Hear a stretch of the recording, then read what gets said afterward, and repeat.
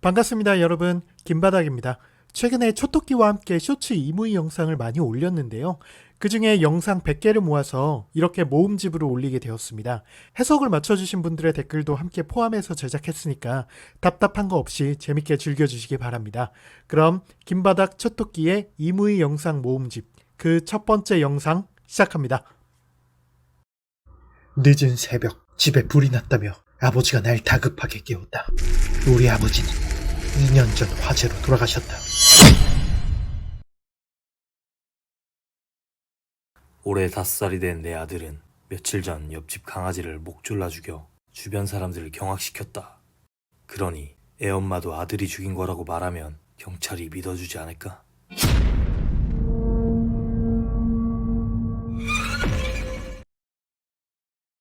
전학 온 첫날부터 손가락이 4개라고 반 아이들에게 놀림을 받았다. 선생님은 내일부터 그런 일은 없을 거라 약속했다. 다음날 학교에 가보니 정말 반 친구들 모두 나와 다른 게 없었다. 어젯밤 이 동네에서 초등학생 납치 사건이 일어났다는 뉴스를 들은 후로 너무 화가 나서 아무것도 할 수 없었다. 감히 내 영역을 침범해? 동생이 또 내 방에 들어와 있길래 화가 나서 젓가락으로 눈을 찔렀다. 그랬더니 엄마가 오히려 나한테 화를 내고 집 밖으로 쫓아냈다. 정말 이해가 안 된다. 원래 시체는 집이 아니라 무덤에 둬야 되는 거 아니야?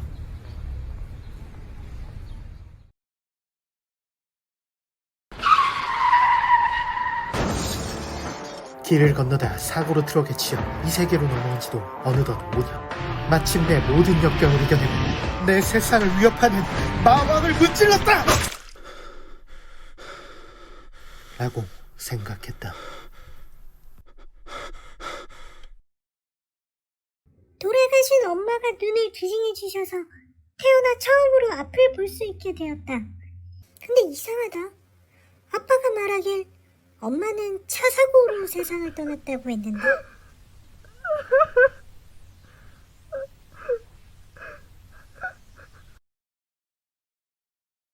생일을 앞두고 엄마가 고양이랑 강아지 중에 어느 쪽이 좋냐고 묻길래 둘이 너무 달라서 반만 섞이면 좋겠다고 했다. 엄마는 바보다. 나는 성격을 말한 거였는데.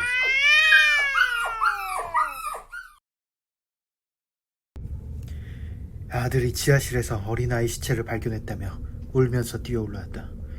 나는 차분하게 아들을 달랬다. 혜야, 놀랄 거 없어.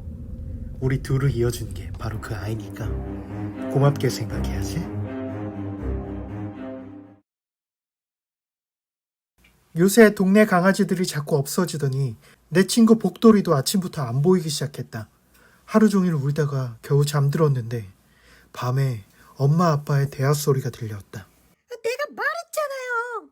애 울고 불고 귀찮아질 거니까 그러지 말자고요. 아, 그럼 어떡해? 아무리 돈이 없어도 말이야. 부모가 돼서 애한테 고깃 국은 먹여야 될 거 아니야?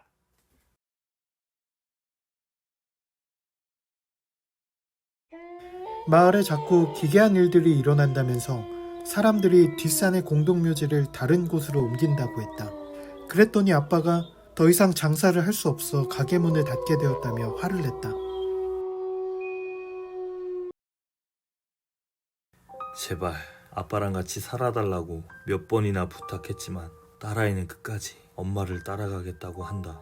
그래, 네가 그렇게까지 말하는데 아빠는 여기서 물러서 주는 게 맞겠지. 부디 그곳에서는 엄마와 함께 행복하게 지내렴. 사랑한다, 내 딸아.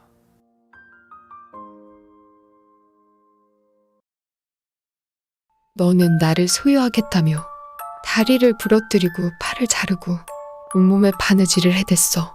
널 행복하게 해주기 위해 눈물을 삼키며 그 고통을 다 견뎠는데 어떻게 이제 와서 다른 사람을 만날 수 있어? 용서 못해. 네가 한 짓 모두 이 여자에게 고스란히 돌려주겠어. 내게 사랑을 맹세하고 신처럼 섬기겠다 충성했던 그녀의 태도가 최근 들어 싸늘하게 변했다. 감히 노예 주제에 내 명령을 무시해? 그렇게 나온다면 어쩔 수 없지. 먹이를 주지 않은 건 내 녀석의 잘못이니 그 죄를 물어 너를 산채로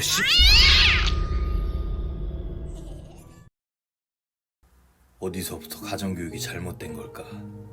우리 아들은 올해 10살이나 됐는데 얌전히 집에 있지 못하고 자꾸 밖에 나가 놀겠다며 떼를 쓴다. 20살 성인이 되면 풀어주겠다고 몇 번이나 말했는데 왜 이렇게 말을 안 듣는 거지?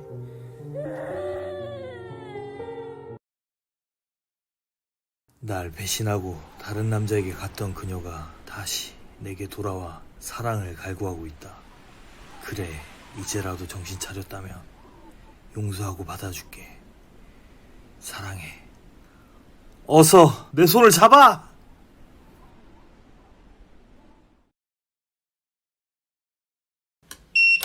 지금은 새벽 3시.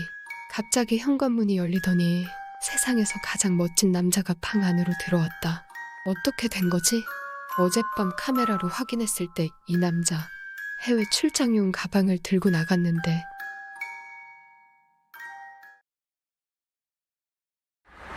아빠가 운전하는 동안 옆에서 깜빡 잠들었는데 눈을 뜨니 할머니가 왜 이렇게 일찍 왔냐며 웃는 얼굴로 손을 흔들어 주셨다.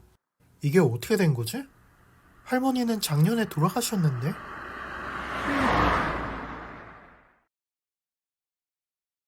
동생과 나를 버리고 도망친 엄마를 3년 만에 다시 만나게 되었다. 이런 데서 만날 거라고는 생각도 못했는데 새엄마가 지하실 문을 잠궈놨던 이유가 있었다.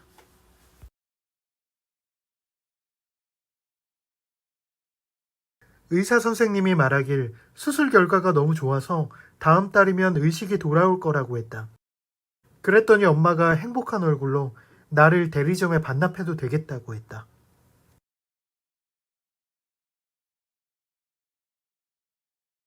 사업에 실패한 후 매일같이 싸우던 엄마 아빠가 오늘은 웃는 얼굴로 놀이공원에서 하루 종일 놀아줬다. 문득 우리 가족만 사진을 안 찍는 것 같아서 함께 찍자고 했더니 갑자기 엄마가 무서운 표정으로 그럴 필요가 없다고 대답했다. 선생님이 오늘 급식 메뉴는 곱등이와 지렁이라고 했다. 그랬더니 반 아이들이 빨리 먹고 싶다며 다 같이 환호성을 질렀다.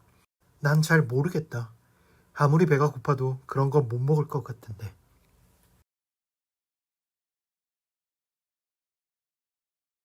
초등학생 연쇄살인마가 나타났다는 기사가 뜨기 하루 전날부터 내 짝꿍 영철이가 학교에 나오지 않기 시작했다. 선생님도 부모님도 어디 있는지 전혀 모른다고 하는데 하루빨리 경찰이 영철이를 찾아내 감옥에 보냈으면 좋겠다. 어느 날 아빠가 젊은 여자를 집으로 데려와 앞으로 자기랑 같이 살 사람이라면서 나랑 엄마 보고 집을 나가라고 했다. 엄마가 날 꼭 안아주며 절대 그럴 수 없다고 맞섰더니 아빠가 더는 참을 수 없다며 무당을 데려와 구술하기 시작했다.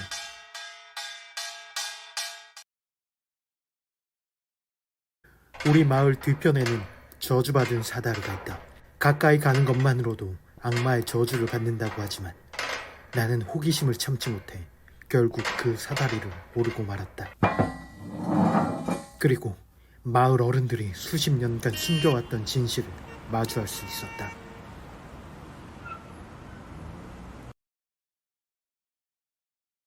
어젯밤 우리 집 옥상에 UFO가 나타났어. 깜짝 놀라서 누나랑 같이 올라가 봤는데 우리 누나가 동생을 너무 괴롭혀서 벌을 주러 왔다는 거야.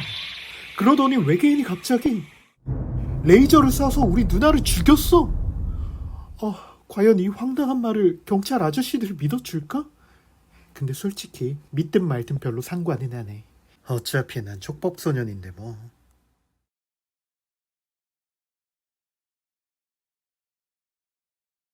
나는 현재 부모를 살해했다는 제목으로 교도소에 갇혀있다. 오갈 데 없는 불쌍한 내 동생은 친척집에서 얹혀 살고 있는데 오늘 아침 그 친척 내외 두 분도 우리 부모님처럼 살해당했다는 소식을 들었다. 전부 다 내 탓이다. 진정으로 동생을 위했다면 다른 결정을 내렸어야 했다.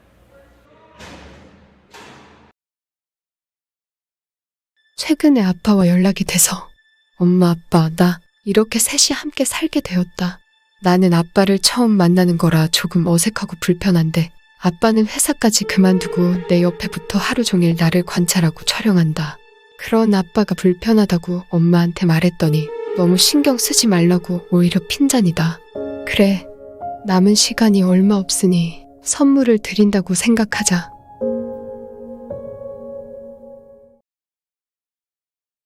해저에서 새롭게 발견된 괴 생명체의 DNA를 해석하기 위해 며칠 밤낮 없이 실험실에 틀어박혀 연구에 몰두하던 중 책상 밑에서 떨어진 피 묻은 쪽지 한 장을 발견했다.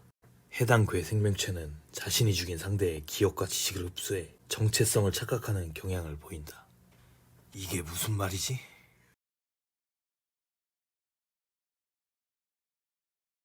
앞으로 우리 가족도 환경 오염을 신경 써야 한다며 엄마가 음식물 쓰레기 처리기를 하나 사왔다.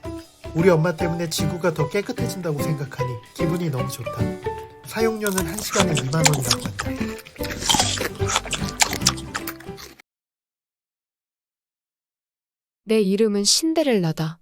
어느 날 마녀가 수정 구슬을 가져와 왕자의 아내가 되려면 앞으로 뭘 해야 할지 구체적으로 알려줬다. 그래, 국가 최고 권력자가 되는 거니 희생이 따르는 건 어쩔 수 없겠지. 가슴 아프지만 두 분 다 이해해 주실 거야. 신데렐라는 어려서 부모님을 잃고요. 감사하게도 재력 있는 신사분이 아이들을 3명이나 입양했다. 그런데 며칠 후 그 세 아이 중 한 명이 새벽에 고아원으로 돌아와 왜 그런 사람에게 입양을 보냈냐며 따지며 울었다. 아차, 한 명이 아니라 3명이다.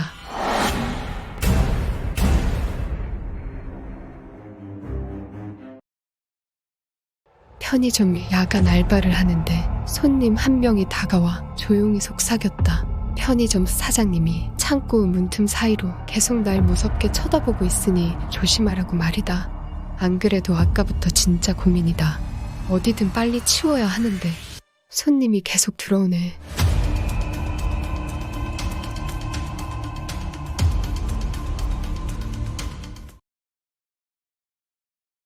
손에 넣을 수 없는 여자를 부셔버리는 건 남자의 당연한 욕망이니 죄책감은 들지 않는다.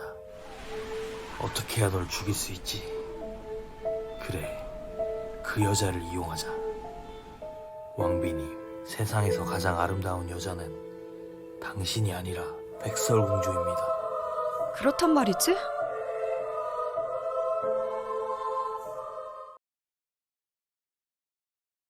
새로 이사간 집 지하실에서 자꾸 괴물 소리가 들린다고 엄마한테 확인해달라고 했다. 그리고 1시간이나 엄마가 안 돌아오길래 이번에는 아빠 보고 내려가달라고 했다.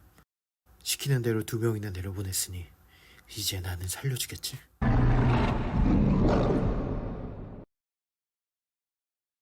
선생님이 말씀하시길 내일 쪽지 시험은 정말 쉬울 거니까 빵점을 맞는 애는 집에 못 가게 교실에 잡아둘 거라고 했다. 좋아. 좀 창피하긴 해도 그럼 무조건 빵점을 맞아야지.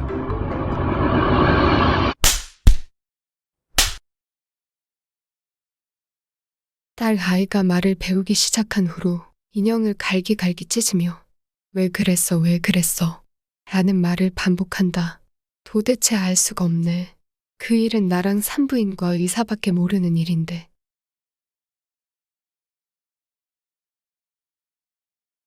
나는 우리 반 애들 눈에 몸이 보이지 않는 특별한 사람이다. 근데 오늘 새로운 전학생이 나와 눈이 마주친 것 같아서 옆에 하루 종일부터 말을 걸어보았다. 그랬더니 그 아이가 자기는 나처럼 왕따가 되고 싶지 않으니까 가까이 오지 말라고 했다.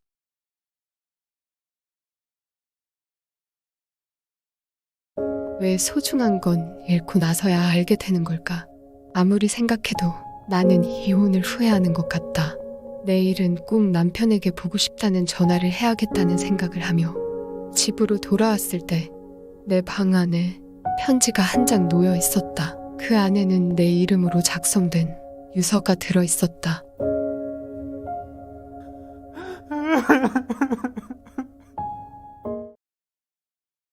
나는 결혼식장에서 그녀 앞에 무릎 꿇고 영원히 사랑하며 함께 살겠다고 맹세했다.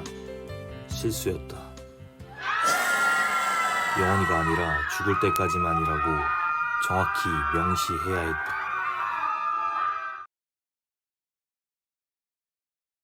나는 용하다는 무당을 찾아가 큰 돈을 내고 내가 미래에 무슨 짓을 하게 될지 맞춰보라고 했다. 내 교육 탓인 걸까?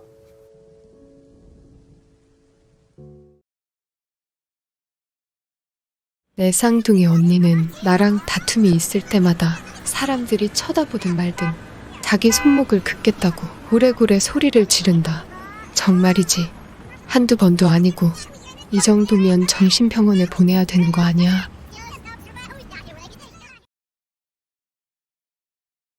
오늘도 옆집 남자가 창문에 서서 이쪽을 바라본다. 무려 3일 내내 저러고 있길래 끝내 화를 참을 수 없어 112에 신고하려 전화기를 들었다가 문득 한 가지 생각이 들어 119에 신고했다.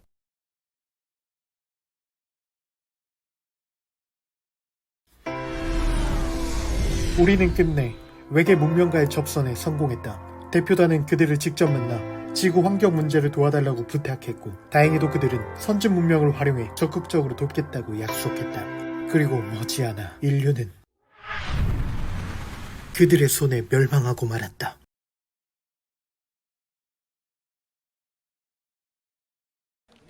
직장인이라 일단 출근은 했지만 역시 업무가 손에 잡히지 않는다. 어젯밤 사랑하는 내 여자친구가 자살을 했다. 어떻게 그럴 수가 있지? 분명히 철장 안에 위험한 물건들은 모두 치워놨을 텐데.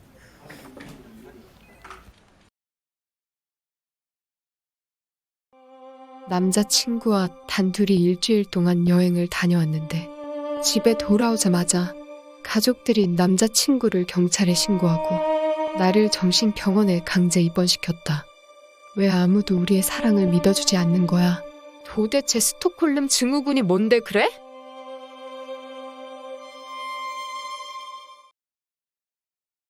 아파트 반상회에 갔더니 어젯밤 여자아이 비명소리를 들었다는 사람이 나 말고도 2사람이나 더 있었어. 처음인데 나쁘지 않은 기록이야. 그래도 우리 딸 멋진 성악가가 되려면 10명은 채워야 하지 않겠어? 우리 좀 더 노력할까?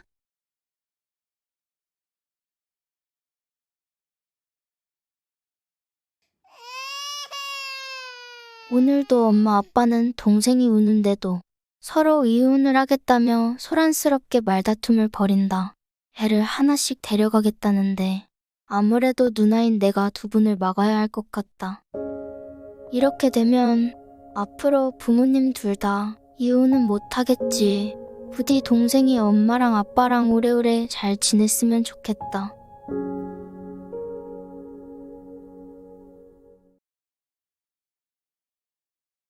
최근에 불면증 모임에서 새롭게 만난 친구와 카톡으로 많은 이야기를 나누고 있다. 나랑 공통점도 많고 무엇보다 카톡을 바로 확인하고 바로 답장해주는 친구의 배려심이 너무나도 고맙다. 그런데 오늘 깨달았다. 이 친구랑 대화할 땐 대화창이 오른쪽에만 있었다는 것을.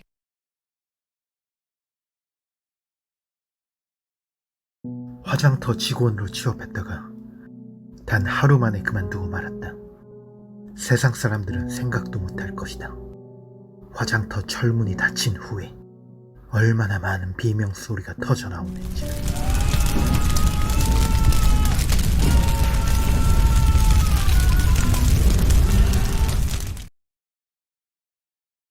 결혼 후 남편의 행동이 어딘지 모르게 수상했다. 그래서 한밤중에 몰래 뒤를 쫓아가 봤더니 다른 여자와 함께 모텔로 들어가는 것이었다. 나는 화를 참지 못하고 그대로 따라 들어가 현장을 덮쳤다. 어떻게 해야 할지 모르겠다. 해명을 요구해야 할까? 아니면 그냥 도망쳐야 할까?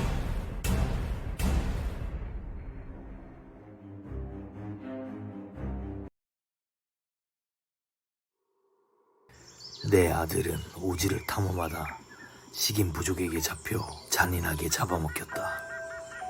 나는 아들의 흔적을 쫓아 그 식인 부족을 찾아내는 데 성공했고 지금 이런 꼴로 사로잡히게 되었다. 이 순간을 얼마나 기다렸는지 모른다. 미개한 녀석들, 많이들 먹어라. 너희 부족 모두 몰살시켜주마.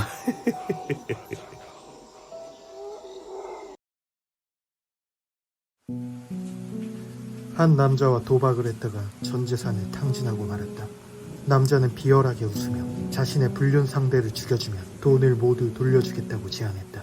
끔찍한 말이었지만 사랑하는 아내와 아내 뱃속의 아이를 위해서라도 제안을 받아들일 수밖에 없었다. 나는 자책했고 내 자신을 저주했다. 하지만 살인 타겟을 마주했을 때 나는 고작 그 남자의 소나기에서 놀아내는 장난감에 불과했음을 깨달았다. 그 남자의 불륜 상대는 우리 엄마 아빠는 다른 친구들 부모님에 비해 나이가 좀 많다. 어떡하지?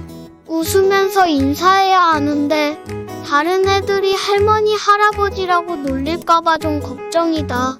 우리 엄마 아빠도 다른 부모님처럼 나이가 안 많았으면 좋겠다.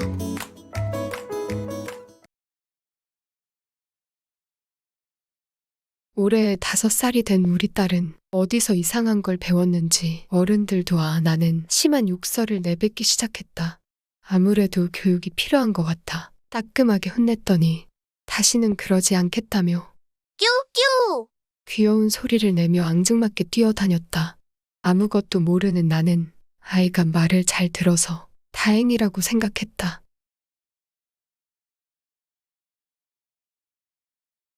나는 하루 일과가 끝나면 약 1시간 정도 일기를 기록한다. 내 친오빠도 그런 식으로 일기를 쓰는데 우린 서로 일기장을 교환해 꼼꼼히 읽는다. 그 방법으로 우리는 지금까지 정신병원에 잡혀가지 않고 일반인처럼 보일 수 있었다.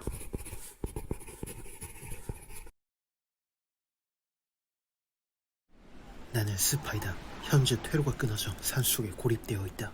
다행히 동료에게 연락이다. 도움을 요청했는데 동료가 보낸 총에는 총알이 하나밖에 들어있지 않았다. 왜 이런 실수를 저지른 거지? 그 녀석은 완벽주의자인데 설마.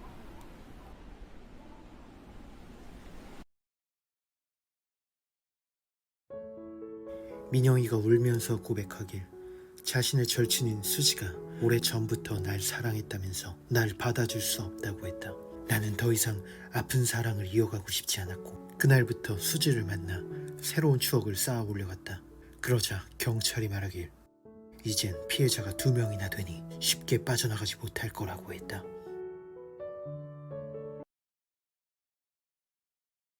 마침내 해방감을 만끽하며 여자친구와 아침 드라이브를 즐기던 중 익숙한 번호로 전화가 걸려왔다. 어젯밤 죽은 내 아내의 전화였다. 어떻게 이럴 수가 있지? 이건 말도 안 돼. 설마 거기서 올라온 거야? 내가 그렇게 깊게 팠는데? 이 뭔 개소리야? 초등학생 수십 명을 납치해 아무도 모르는 비밀 장소에 가둔 범인이 경찰의 총에 맞아 죽었다는 뉴스를 듣고 친구들 모두 눈물을 터뜨렸다. 아무리 나쁜 아저씨지만 저렇게 죽으면 안 될 사람이었다. 이제 우린 어떡하지?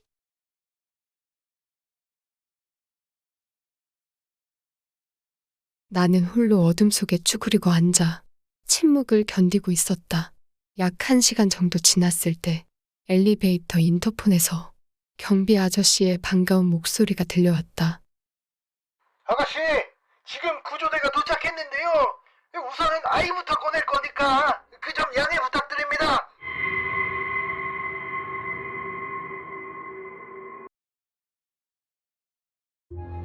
어젯밤 내가 총무로 일하고 있는 독서실 여자 화장실에서 끔찍한 살인사건이 일어났다. 나는 범인의 얼굴과 범인이 어떤 식으로 살인을 했는지 디테일하게 찍힌 영상을 가지고 있었지만 차마 경찰에게 밝힐 수 없었고 가슴 아프게도 사건은 해결되지 않은 채 흐지부지 종결되고 말았다.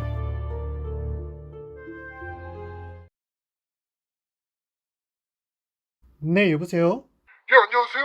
여기 떡볶이집 사장입니다. 저 혹시 그 음식 받으셨나요? 예, 잘 받았습니다. 아니요, 뚜껑 열지 마세요. 그 메뉴가 지금 잘못 나간 것 같은데 제가 지금 그쪽으로 출발했거든요.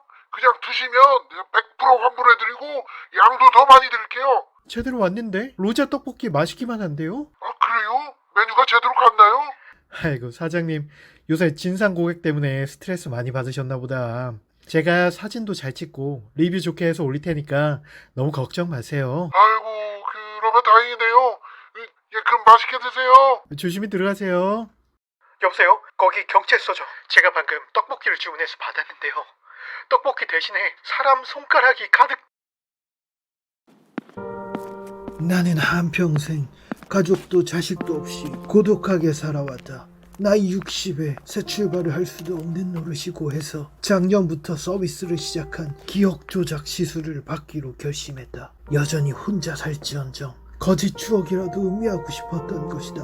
하지만 서비스 센터에서 말하길 시술을 2번이나 받는 건 위험할 수 있으니 보호자인 아들의 동의가 필요하다고 했다.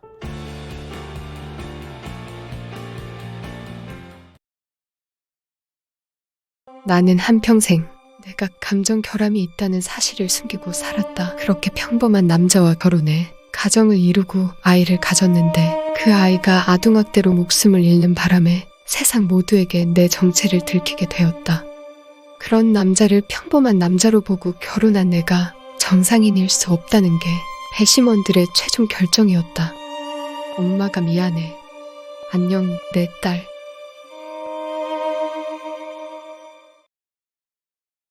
처음 만났을 때 그녀는 마치 타고난 사회 부적응자 같았다. 쉴 새 없이 욕설을 내뱉고 손에 잡히는 대로 던지고 부시고 끔찍한 폭력을 휘둘러댔다. 하지만 지금은 말도 잘 통하고 가끔은 무척 예의 바르게 행동하기도 한다. 도대체 왜 그러는 거지? 설마 나보고 헤어지자는 건가?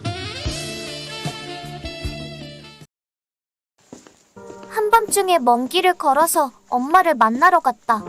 엄마가 왜 왔냐고 묻길래 자꾸 아빠가 술 먹고 때려서 도망쳐 왔다고 대답했다. 내가 엄마랑 같이 살면 안 되겠냐고 물었더니 엄마는 새 가족이랑 살아서 안 된다고 했다. 그럼 어떻게 해야 엄마처럼 아빠한테 도망칠 수 있냐고 물었더니 자기가 한 것처럼 대신할 사람을 두고 나오면 괜찮을 거라고 했다. 잠깐이었지만 오랜만에 엄마랑 얘기할 수 있어 너무 좋았다.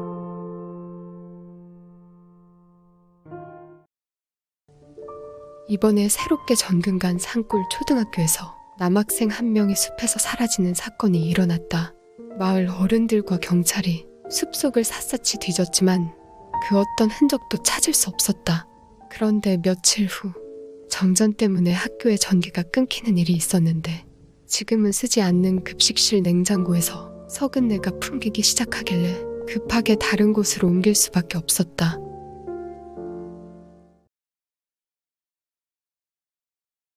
초등학교 3학년 딸 아이가 너무 말썽을 피워 벌을 주다가 문득 내 삶이 너무 처량하게 느껴져 아이를 두고 혼자 카페로 나왔다. 그랬더니 엄마 미안해요 라고 아이가 카톡을 보내왔다. 이걸 어떻게 보낸 거지? 카톡은 손가락으로 쳐야 되잖아.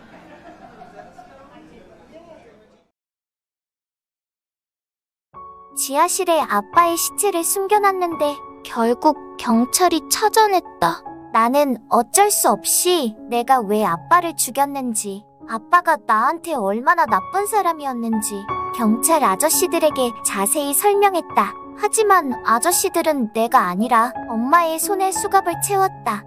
그러자 엄마는 슬픈 미소를 보이며 내게 고맙다고 했다.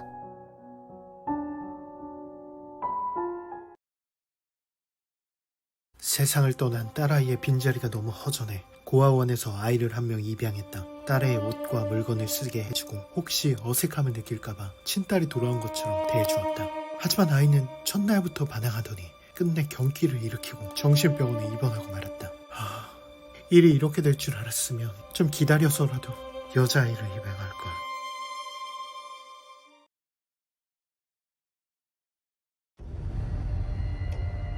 나는 사람의 죽음을 예견하는 눈을 가지고 태어났다. 저 여자는 오늘 밤 연쇄살인마에게 잔혹하게 살해당할 예정이다. 나는 한평생 내가 예견한 죽음을 막아보려 노력했다. 하지만 단 한 번도 성공한 적 없다. 그러니 이제는 그냥 받아들이려 한다. 이 모든 게 운명에 의한 것이니 나도 어쩔 수 없다.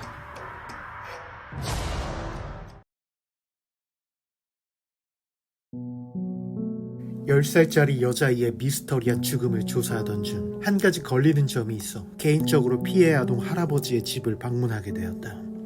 내가 사건 정황을 설명하자 가난한 노인은 제발 범인을 잡아달라고 눈물로 호소하며 내게 사이다가 담긴 종이컵을 대접했다. 그 치졸한 모습에 화가 머리끝까지 차올랐지만 나는 아무렇지 않은 척 최선을 다해 평정을 연기했다.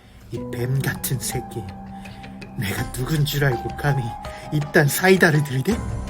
내가 이 사건의 불검 담당자라는 걸 알았다면 그때도 감히 사이다를 들이댈 수 있었을까?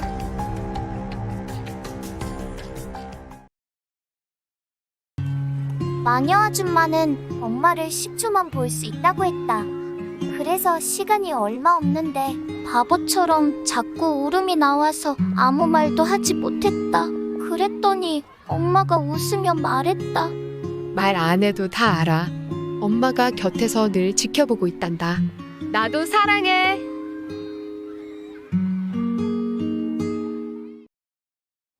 내세에 천국을 가겠다는 목적 하나로 한평생 인간적 욕심을 모두 버리고 숲속에서 고요히 자연인으로 살았다. 그리고 마침내 죽음을 맞이한 후 저승사자에게 당당히 천국에 데려다 달라고 말했더니 저승사자가 말하길 지금껏 천국에 있었으니 지옥에 갈 차례라고 대답했다. 이런 우짤내미 씨발내미.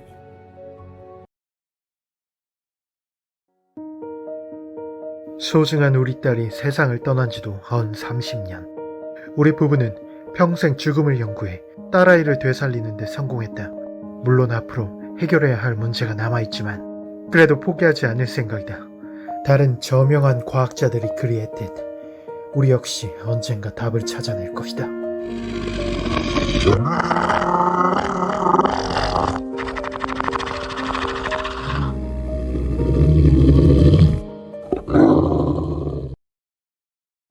그녀는 내 팔에 약물을 주사하며 이로써 앞으로 수십 명의 무고한 목숨을 살리게 되었다고 기뻐했다. 고작 수십 명?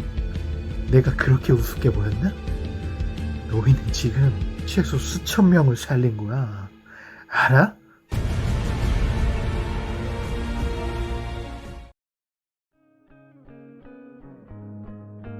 우리 집에는 내가 아기 때 찍은 사진이 없다.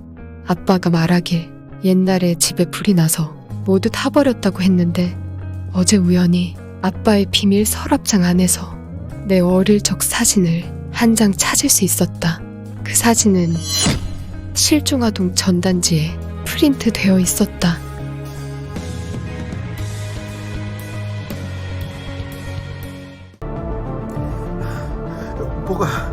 뭐가 어떻게 된 거지? 아무것도 기억이 나지 않는다. 머리가 아픈 걸로 봐서 공격을 당해서 단기 기억 상실증에 걸린 것 같다.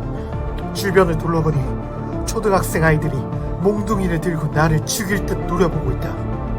그렇다면 나는 이 아이들을 괴롭힌 악당인 건가? 그래서 아이들이 날 죽이려는 거야? 도대체 지금 이게 뭐가 어떻게 된 상황인 거지? 실도시몬 슉슉슉슉슉슉슉슉시발로마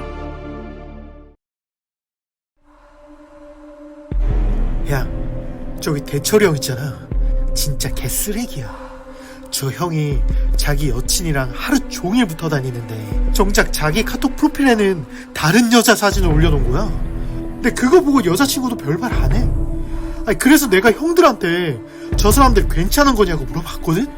그랬더니 형들이 딴 데 말하지 말라면서 그 이유를 말해주는데 우와, 나 진짜 어이가 없어가지고. 저 사람들 범죄자야. 이거 신고하면 깜빡 잡혀간다고. 잘 들어. 저 형이 왜 카톡에 여자 사진을 올려놨냐면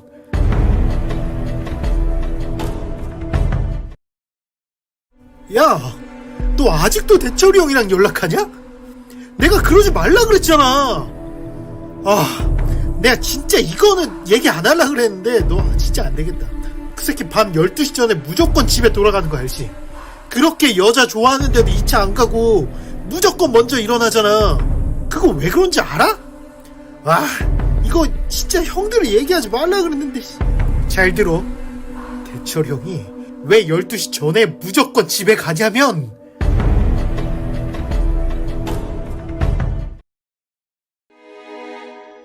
나는 인육을 판매했다는 혐의로 억울하게 체포당해 사형을 선고받았다.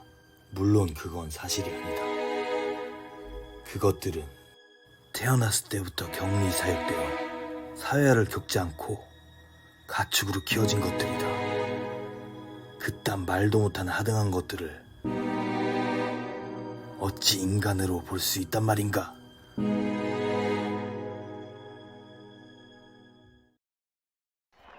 내가 보좌하고 있는 의원님은 이번 대통령 선거의 유력한 당선 후보이다.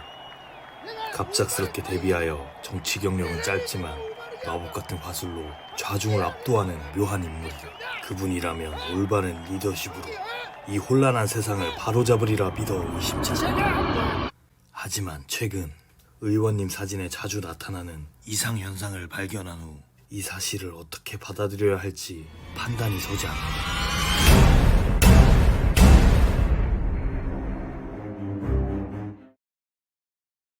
상식으로 설명되지 않는 미스터리 살인 사건이 최근 전국 각지에서 다발적으로 일어나고 있다.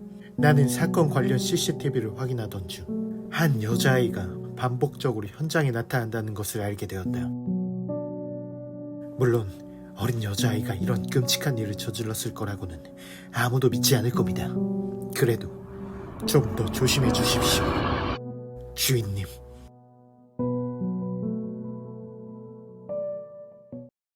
사회복지사인 우리 엄마는 불쌍한 사람들을 돕는 착한 사람이다. 어떤 할아버지 한 명을 오랫동안 돌봐드렸는데 그 할아버지의 꿈은 어서 기력을 되찾아 젊은 시절 못 이룬 소원을 이루는 거라고 했다. 엄마는 열심히 그 할아버지의 건강을 돌봐줬고 할아버지는 결국 자리에서 일어나 우리 엄마를 죽이고 말았다. 나중에 경찰 아저씨가 말하길 그 할아버지는 옛날에 9명을 살해한 살인범이라고 했다.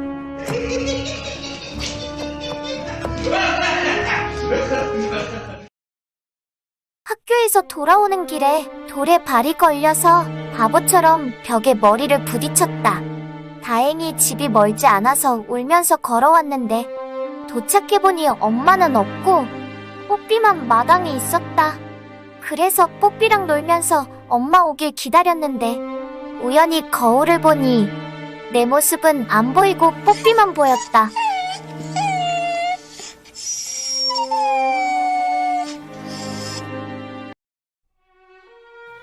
부모님의 반대를 무릅쓰고 웹툰 작가의 길을 걸었지만 집요한 악플에 시달리다 결국 고향집으로 돌아오게 되었다. 감사하게도 아버지는 그런 날 따뜻하게 받아주셨고 당신이 운영하시는 공장의 말단 직원으로 고용해 주셨다. 그리고 10년 후 아버지는 돌아가셨고 나는 아버지의 유품을 정리하다 당신이 사용하시던 스마트폰을 열어보게 되었다. 아버지는 지금까지도 내 웹툰 페이지를 열람하고 계셨다. 죄스러운 마음에 눈물이 차올랐지만 아버지의 아이디를 확인한 순간 이게 뭐야!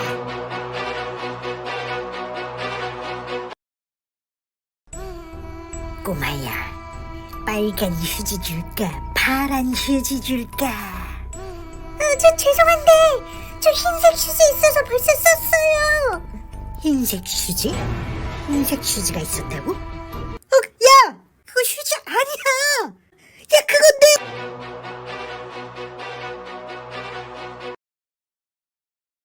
나는 자살 모임에서 만난 여자를 잔인하게 살해하고 폐쇄된 하수구 시설에 폐기했다. 어차피 죽을 사람이 있으니 죄책감은 들지 않았다. 그저 내겐 한낱 여흥이었을 뿐 흔적도 남기지 않고 알리바이도 확보됐으니 문제가 될 건 없을 거다. 하지만 2년 후 나는 어처구니 없는 이유로 경찰에 잡히고 말았다. 그 여자는 쥐를 뜯어먹고 바퀴벌레를 씹어먹으며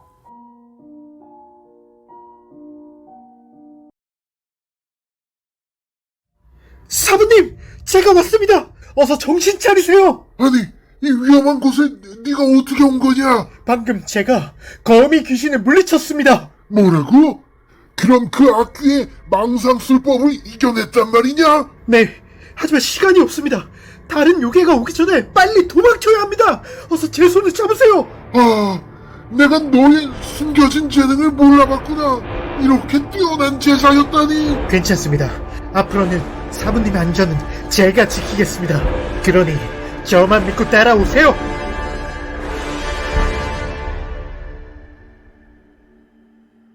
여보세요? 남도희씨, 전화 끊지 말고 내 말 잘 들어요. 지금 여기는 10년 후 미래예요. 저 말인가요? 내 이름 남도일. 10년 후 당신 자신이죠. 그러니까 지금부터 내가 하는 말 똑똑히 기억해요. 앞으로 누가 뭐라고 하든 그냥 당신이 원하는 삶을 살아요. 남들 눈치 보지 말고 안 어울리게 착한 척 하지도 말고요. 당신이 아무리 노력해도 사람들은 미란이의 실체를 찾아낼 거예요. 어쩔 수 없어요. 그게 우리의 정해진 운명이니까. 그러니까 괜한데 시간 낭비하지 말고 경찰한테 잡히기 전에 하고 싶은 거 다 하면서 살아요. 그러지 않으면 후회만 남을 거니까.